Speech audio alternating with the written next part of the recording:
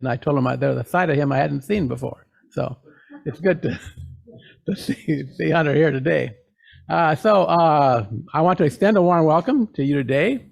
Everyone is welcome here. You are welcome here regardless of your age, your race, your income, your religion, or the gender with which you identify. You are welcome here regardless of who you love, who you vote for, the regrets that burden you, or the mistakes you have made. In this beloved community, we support each other in the sacred task of becoming, celebrate the transcending mystery of life, and rely on the transforming power of love. Here, we revere the words of the great teachers such as Jesus, the Buddha, and Confucius. It is, however, the task of every UU to be their own Buddha, their own Jesus, or their own Confucius. It is our work as a community to walk with each other along the spiritual pathways that lead towards happiness, compassion, and life fully lived. And while we are a safe harbor where there is solace and healing, we are also a launching pad from which we are propelled into the tumult of life to live courageously, justly, and lovingly. In this sacred place, we create the structures that lift up the downtrodden, set the captives free, and heal the brokenhearted. Here we have learned that to be fully human is to be fully divine, and that with a little help from our friends, we can each tell our own unique story. And now Linda will come forward and give us our opening words.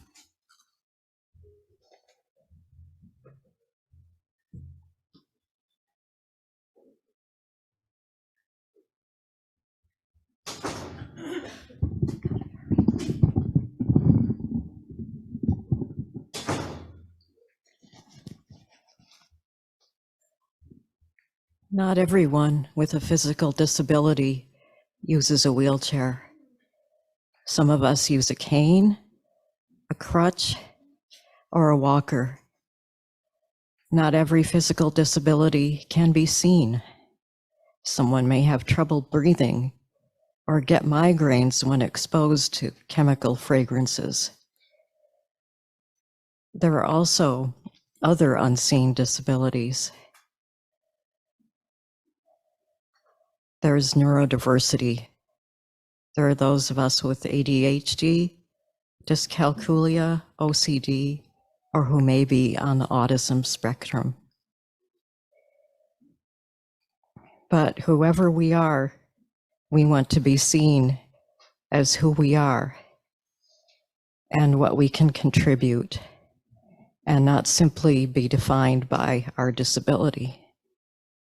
And Miranda can tell you a lot more.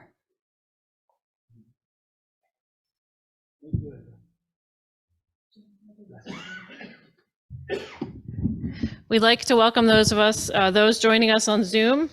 Today we have June Blackwell, Vicki, Charles and Dorothy, Joan and Doug, Gail, Lisa and Ralph, Jim Gehring, and our speaker Miranda. And just a quick reminder for the benefit of those on Zoom, always speak into a mic if you want to be heard. Liz, would you please light our chalice for us? And would someone hold the mic for her while she does that? Or would someone light the chalice maybe while right, yeah. We'll start, good morning. We start with a quote from Nito Quibine. Your present circumstances don't determine where you can go, they merely determine where you start. We light this chalice for all those who start new journeys with challenges, and we share in their vision and determination. For as Robert Hensel says, there's no greater disability in society than the inability to see a person as more. Thank you, Liz. Perfect. Today, Joanne, did you want to introduce Miranda? Okay, well, yeah, I'll introduce Miranda. Miranda, I'm really glad that you're here today because I'm looking forward to learning a lot from you because I don't know how to talk about ableism, and I bet you do. I know we had a meeting, so I know you do. So, at any rate, Miranda, I turn it over to you. Thank you. Thank you all so much. Good morning. My name is Miranda Grunwell. I work at Disability Network Southwest Michigan. I'm out of our Kalamazoo office. However, we do cover all of Southwest Michigan. So down there in Berrien and Cass, we do have an office there. In St. Joe, in the building of Area Agency on Aging. I'm not going to talk about our services today, but I do want you to know if someone you know has a disability and needs some assistance, getting connected to resources in the community, learning more about your disability, call us. We are the first stop for people with disabilities here in Southwest Michigan. So that's the quickest way to summarize what we do. If you are, we're hoping to learn more of what we do and how to get connected to us today for that. So I'm super grateful to be here. Usually our ableism presentation is 3 hours. Today, I'm going to do the shortest version I've ever done and kind of keep it closer to the 20-minute mark is what I was told. So I'm going to share my favorite highlights about ableism today. And I'm going to share my screen so that way you can see my slides.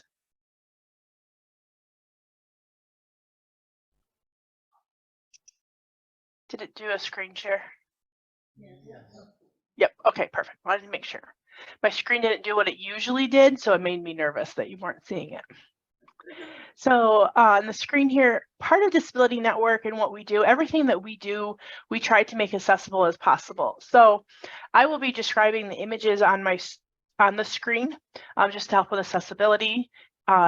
We don't like to make the assumption that everybody can see our PowerPoint, so I just naturally describe what's on our screen. I do also, if anybody does want to share anything, I'm open to comments and questions along the way. If you can say your name, I use a screen reader, and screen readers help people maybe who are blind or have different types of learning disabilities like myself. And so my screen reader won't read your name. So I like to know who's talking to me. So if not, I'll have to call you, hey, you, all morning, and that gets awkward. So it's always like to know who's going to talk. A brief description of myself. I am a white female with long, brown, curly-ish hair, wearing glasses. I'm white, and I'm in the background is my apartment behind me, which has some pretty bare walls where I'm sitting today. And so we always like to describe ourselves and who is speaking. Again, not everybody will know what I look like, and sometimes it's to kind of know who's talking to you and a little bit about them. And so today, our presentation, I'm going to do a short intro on ableism. We call it Everything You Think You Know About Disability is Probably Wrong. And we say probably because I acknowledge that all of us here today know something about disability. Whether you have a disability, a friend, maybe a family member, a coworker, somebody here in the congregation, we all know someone with a disability. And some of the things that we know are right. Some of them could have been right, and some of them might not be. Some of them might be based on some assumptions and ableism that we have. And so I'm going to talk about that today. Also on here is my name and phone number. I did email this ahead of time, so you do have access to this PowerPoint if you would like to have it. I sent it to Joanne and Pastor Jim, so if you do need access to that, it was emailed, and please have that look at it and have access to that. And so my email's on there, my phone number. I don't want the conversation to end today. If you want to keep learning more, know I'm available for that. So before we learn what ableism is, I want to define what a disability is, because a lot of times I don't think we all truly understand what a disability is. This morning we saw lots of great images of many different types of people, some with disabilities and some without. And so a disability is defined by the Americans with Disabilities Act that was passed in July of 1990. And that says a person has a disability if they have a physical or mental impairment that substantially limits one or more major life activities. And so there's not a list of disabilities. A lot of times people will call and they'll ask us, and they're like, I'm diabetic. Does that count? I have a brain injury, or I have a hard time reading, or I'm not good at math. And so it comes back to the substantial limit of major life activities. It's different for everyone. I mentioned briefly, I have a learning disability. It's in basic reading and written expression. So for me, I read and write at about a 5th grade level. That's considered substantial life activity, not being able to read, write, and comprehend. Now with technology, I can do many amazing things, went to college, I've owned a home, I've traveled the world due to assistive technology, but I meet that definition of a disability. And that confuses some people because I don't look disabled, I don't act what they think would be have a disability, or the fact that I work full time. I have a husband, we don't have children, but I make more money than my husband, and that confuses people too, because gender roles and what they think of also what disability is. So disability is bigger and broader and bigger than what a lot of us think. And that's not because of anything we've done. It's our society in the world. We're taught that disability looks a certain way or acts or has certain income levels. And so people with disabilities can work full time. They might work part time. They might not work at all. And they might not work, but it might not be disability related. Maybe they want to stay home with their family or do other things, and that's all okay. So disability is big, it's broad than what much of us think. And the image on this slide is a group of 10 individuals, all with a disability, standing in front of Disability Network's building. And people might say, well, they don't look disabled. And that's because most people have non-apparent disabilities. 80% of all disabilities are non-apparent, meaning you wouldn't know, you don't see them. It wouldn't be until a person told you about their disability that they might have one. It's about 1 in 5 Americans currently that have a disability. It's also important to know, I'm not going to go into detail today, but the Americans with Disabilities Act, or the ADA, it does protect people who have a record of a disability. So someone who might not have a disability right now, but did in the past, and so is being discriminated against, or maybe a friend or a family member in that regarded thing. Your child has a disability, so your boss won't give you a promotion because they think that, you know, your child is a burden to you, and so you wouldn't be able to work.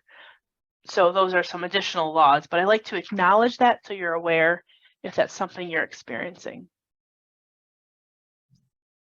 And so next is the slide I'm going to read real quick. It says the cultural message is that it's really not okay to be a person with a disability, and people with disabilities know this.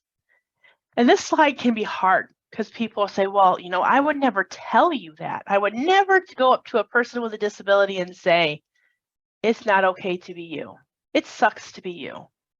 But people do in other ways. People have said things to me. I was born with my learning disability, and throughout my whole life, people have said things to me that have taught me it's not really okay to be me, all of me. Things like, you poor thing, or just keep trying, you'll get over it. Well, at least you look normal. Well, at least you act normal. Or they'll treat me differently. Once I tell them about my disability, they'll start talking to me really slow, or ask me often if I understand things. Or they'll assume that I want to be healed. They'll say things to me without even knowing me. These are some strangers. Like I might be asking, once I was at a restaurant and needed help finding a restroom. And I can't read the words woman and man always if it's not written in plain text. A lot of restaurants, they'll call bathroom names different things. And so I was at a Cuban restaurant recently, and I couldn't figure out what restroom to go into, and I was there by myself checking out a new restaurant on vacation. And so I'd asked the person to help me. And I said, hey, I have a learning disability, and I can't figure out what restroom I'm supposed to go in. And she starts praying for me. I had to pee. I really, really needed to go to the bathroom. And instead, she was praying for my healing. I'm almost 40. I was grateful for that. And if she wanted to pray for me, I did actually have some requests. I was traveling to a new city by myself, and I kept getting lost. I couldn't figure out the rail system. That would have been a prayer. The fact I would travel safely, all of those things were needed. And if she would have asked me, I would have been happy to share them after I went to the bathroom. So it's not that prayer is always bad.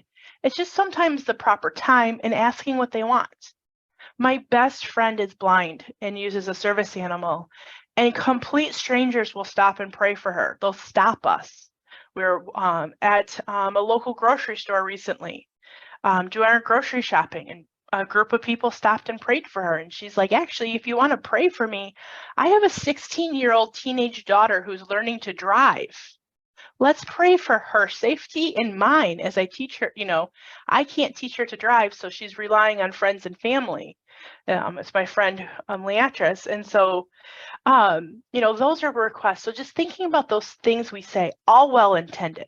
No one has ever said or done anything to be mean. The opening remarks by Pastor Jim was perfect, that, that intent of people are always well. But think about the things that we say to people and that impact it has on them and what the true message is. Having a disability is a characteristic.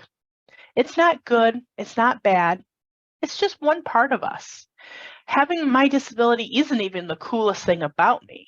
I think it's the amount of traveling that I do, the people that I meet, my job that I have, my friends and family that I interact with. Those are the really good things about me and interesting things. My disability is just part of who I am. It's no different than the color of my skin, the color of my eyes, and what food I like. And so getting to know the whole person and all of us and our many characteristics is what helps eliminate that ableism. And so today, I really want to spend most of my time talking about what ableism is. So here on the screen, it says, who, me? Because a lot of people are surprised. They'll be like, I'm not ableist. I'm not sexist, I'm not racist, I'm not ageist. And ableism is the ism that applies to people with disability. And they'll say, I'm not ableist. But all of us are. Even people with disabilities, we can be too. And so it's a journey. It's not a check mark. It's not, oh, I hung out with Miranda this morning. Check, not ableist anymore. It's the constant journey of learning and growing. And even I'm part of that. I'm ableist, and I've been teaching ableism for more than 14 years now. So the definition is the systematic oppression, mistreatment, or marginalization of people with disabilities. I think of it as discrimination in favor of the non-disabled person. Our world is set up for people without disabilities. It's set up for driving. It's set up for talking and seeing and hearing and working. That is how we build our communities. So on the screen, there's a blue banner with blue writing, and it says, nothing about us without us. This is the rallying cry from the disability community, because far too often, it's our non-disabled peers that make decisions for us. They decide where we go to school, if we're going to work, how much money we're going to get in Social Security, how much money we can save, our Medicare, our Medicaid. These are all decisions that are usually made by non-disabled people that affect people with disabilities. And so I'm going to go into some detail today, some different levels we call of ableism, because ableism looks differently at different ways. So the first level is the personal level. This consists of our values, beliefs, and feelings. So it is the values, beliefs, and feelings that you have. You might not even realize you have them, and that's okay. That's part of that journey. If something I say, resonates with you, then kind of make a mental mark and say, I'm going to work on that this year. People with disabilities, sometimes people will say that we need to be feared or pitied or taken care of. They'll assume these things that, we can't take care of ourselves. You poor thing. You're so disabled. How do you live?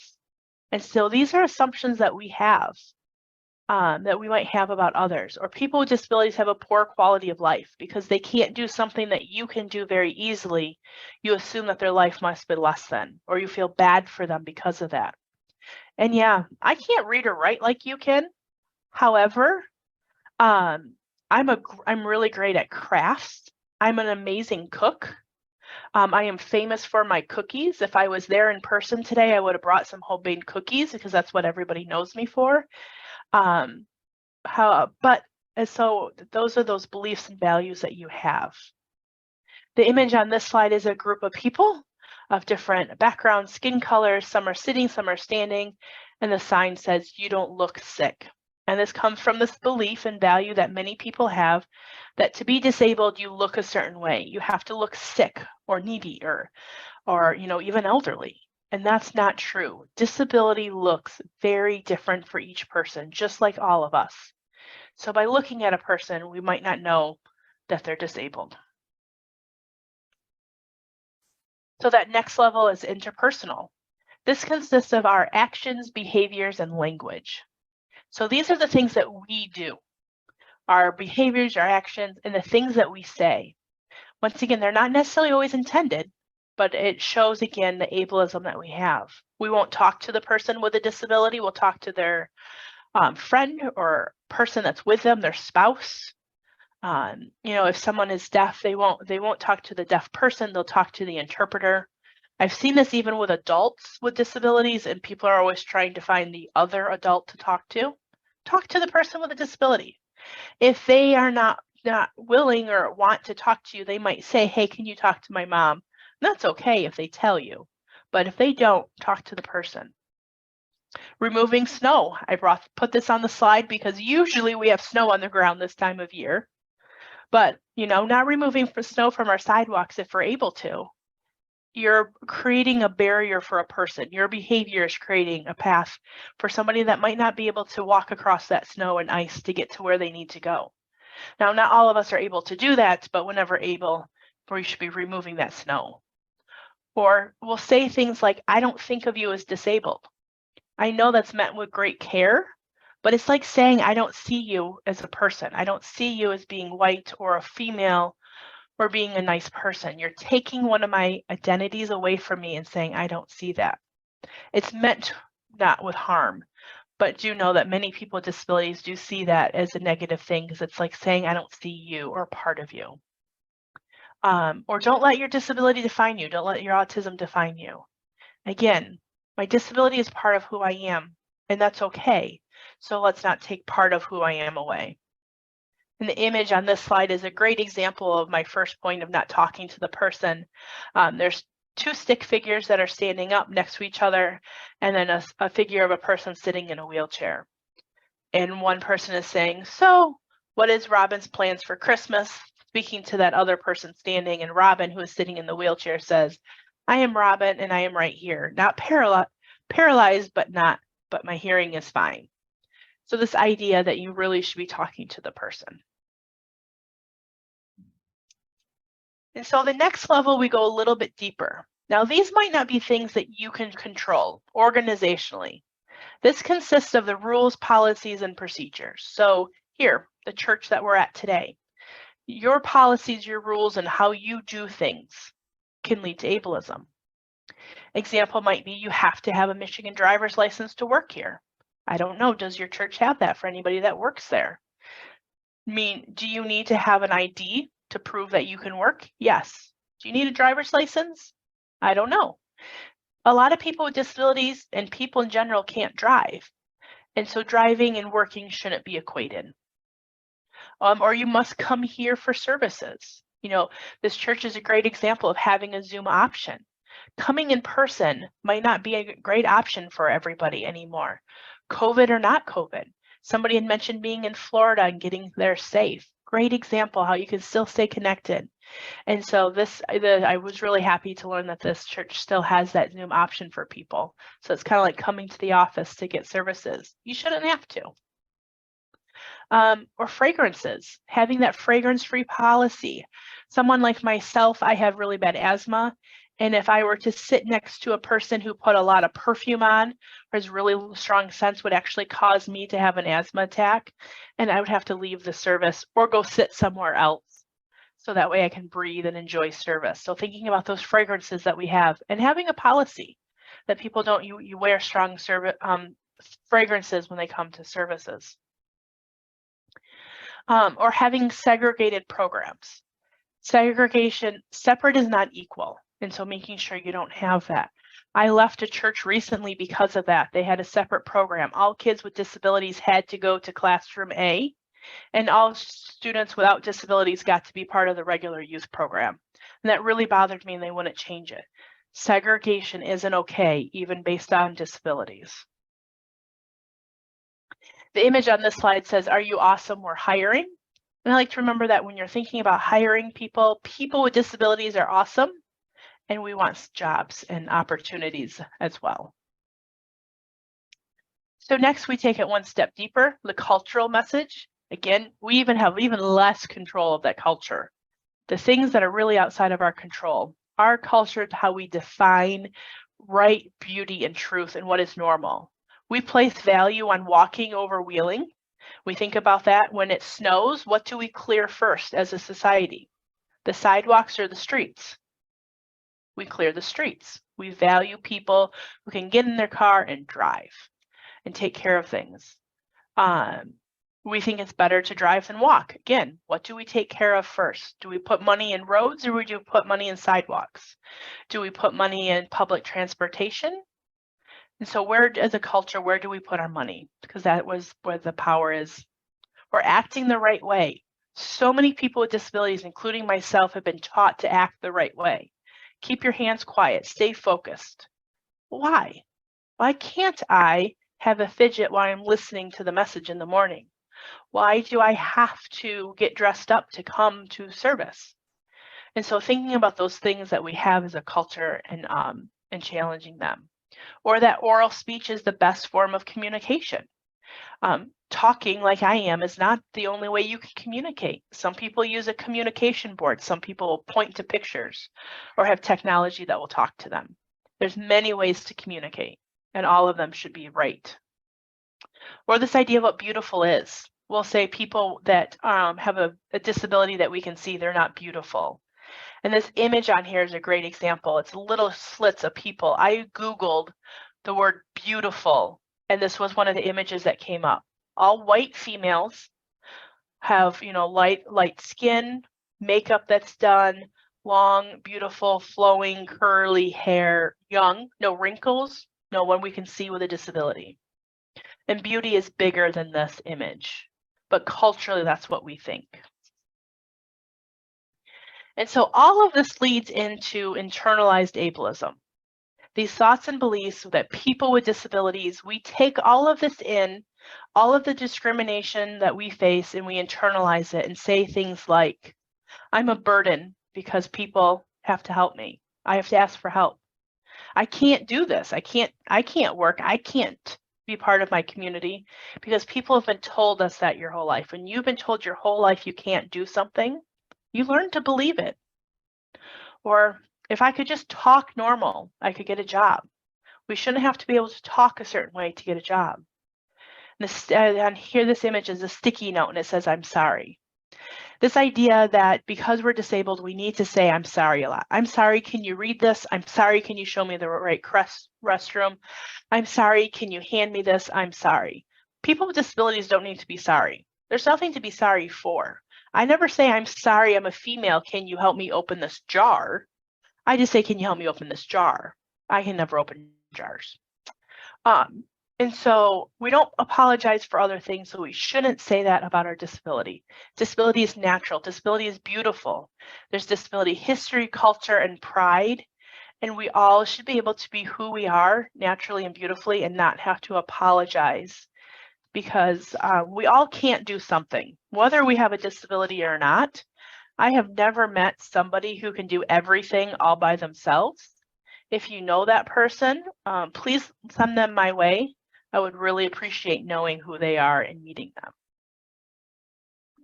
And so I have a couple minutes left. I want to wrap up with language. Language is powerful. So this is something you can do today. You can say, Miranda, wow, learned a lot today. I don't know where to start. Let's start with language. This is something that you can control. You can be welcoming to current and new members into this church or just part of your life by the language you say. As a culture, we view disability as a negative thing, so we usually talk about it in that way. Miranda can't read, Bob can't see, Susie can't walk, and that's how we describe people, introduce people, and it's not true. I can read some. Bob might be able to walk a little. You don't know. And so, but we describe things this way. And so I have a few examples of some things I challenge you for this year to work on for language. The first one is not using the word handicap anymore. Handicap is considered old and outdated. It actually was originally in Roman times, the word was developed for actually sports, is what it was meant for. It was never meant to be for people. And so the preferred word is disability. It can be a person with a disability or disabled person. Both are fine. It's the Americans with Disabilities Act is what it comes from. People with disabilities pick that. It's disability history, disability pride, disability culture. disability is the preferred word. And so some of you might be saying, well, what do I call that parking now? The handicap parking that we've all been taught. It's accessible. It's a design feature. It lets you know as a person with a disability, I can park there, or I can go in and use that restroom if I use a wheelchair and need some extra space. And then people will say, what do I call people without disabilities? Are we normal? Absolutely not. I've met lots of people without disabilities and none of you are normal. You're a person without a disability or non-disabled person.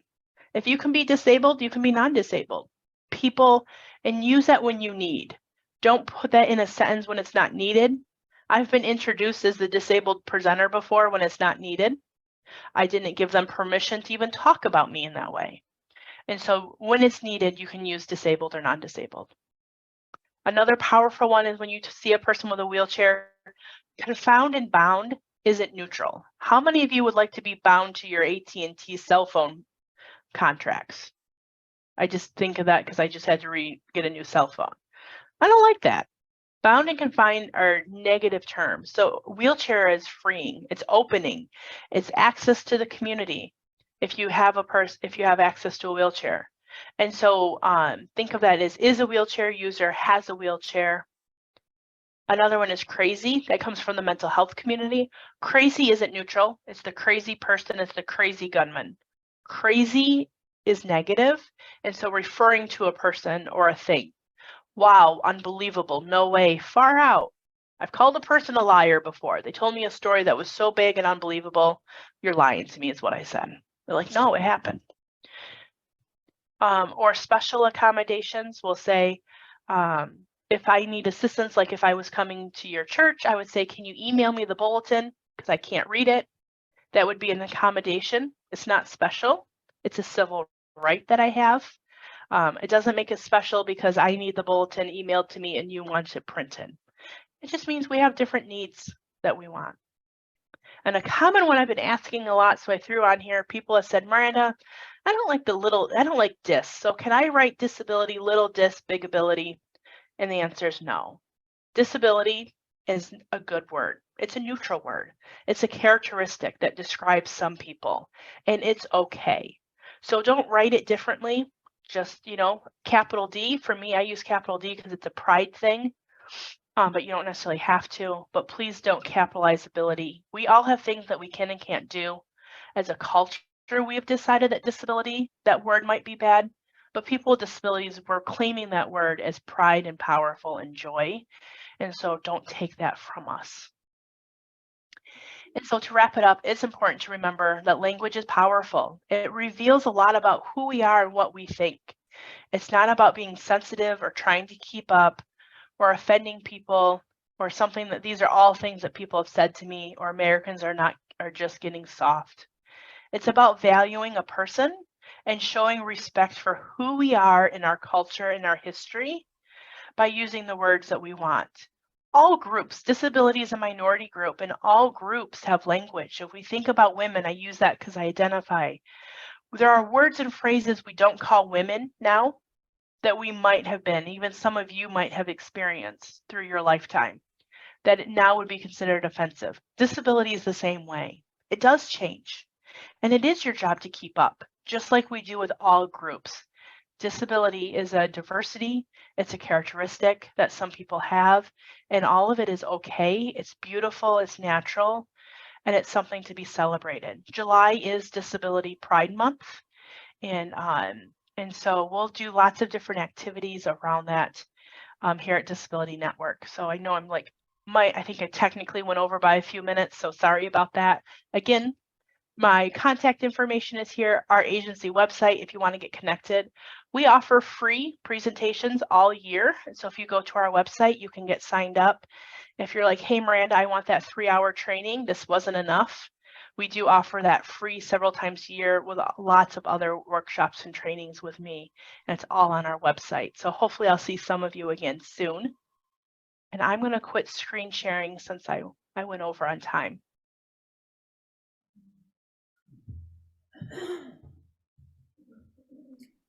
Yeah, thank you, Miranda. Let's give Miranda a little applause.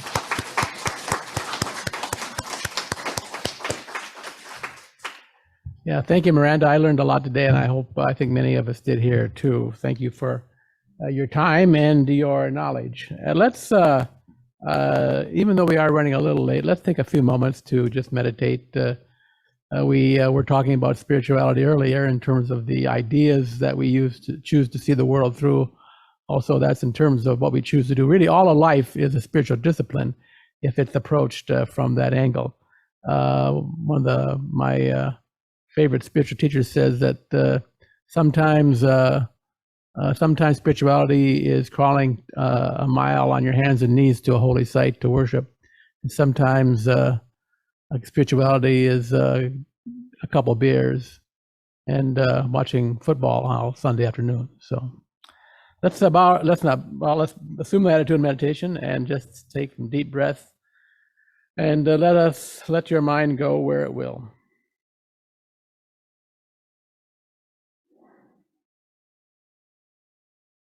Now, my friend, thank you all for coming today. And thank you to Joanne and to Linda for helping organize this. And thank you, Miranda, especially for coming and speaking to us.